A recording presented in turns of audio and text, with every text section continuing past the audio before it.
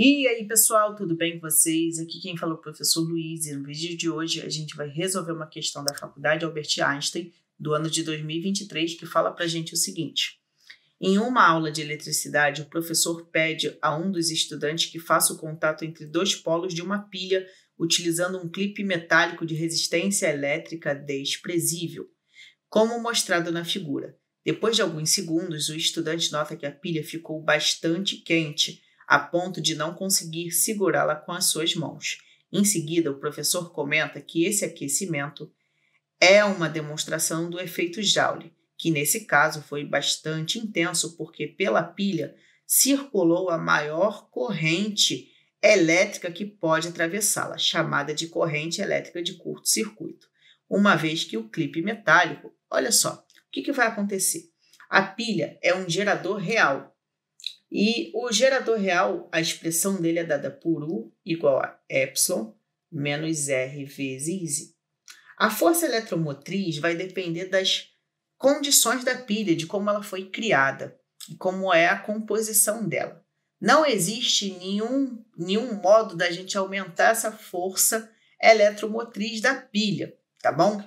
Então, a gente já pode excluir a opção E que ele fala que elevou a força eletromotriz da pilha. Não existe formas, conectando coisas que faça a força eletromotriz da pilha aumentar. Você teria que mudar a composição química dela. Tudo bem? Com isso, a gente consegue analisar as outras alternativas. Uma outra coisa que é legal a gente saber é que a pilha, devido à composição química dela, ela já vai apresentar uma resistência interna, que também não pode ser alterada. Com isso, a gente pode excluir a letra D, que fala que existe uma redução na resistência interna da pilha. O que acontece é que esse clipe ele tem uma resistência muito baixa. Então, a corrente elétrica que vai passar pelo circuito ela vai ser muito alta. Alta a ponto de que o produto entre a resistência interna da pilha pela corrente elétrica que está passando vai ser suficiente para reduzir essa força eletromotriz e quando a gente fizer essa subtração, a gente vai encontrar zero. Quando você tem essa corrente de curto-circuito, necessariamente a pilha vai consumir tudo que ela produz, ela vai dissipar tudo que ela produz. E dessa forma, a DDP vai ser zero. O que é a DDP? Significa que a diferença de potencial entre esses dois polos aqui vai ser nula. Então, a opção que fala isso para a gente vai ser justamente a letra C. E quando a gente conecta um material de resistência bem baixa, a gente pode causar essa corrente de curto-circuito que faz com que não chegue diferença de potencial nenhuma para o circuito.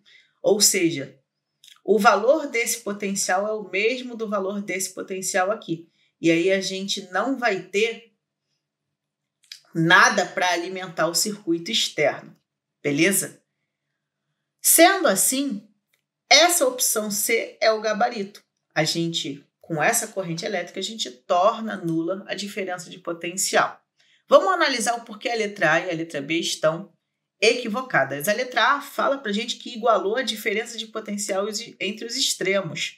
Na verdade, esses polos aqui eles vão ter o mesmo potencial elétrico e não a mesma diferença de potencial. Observou a sutileza? Então, se ele falasse para a gente que ele igualou o potencial elétrico entre os polos, estaria até correto. Mas a diferença é nula. A gente não pode dizer que a diferença entre a diferença de potencial é igual para os polos. Isso não faz nem muito sentido, beleza? Então, a letra A ela está errada por falar justamente que igualou a diferença de potencial.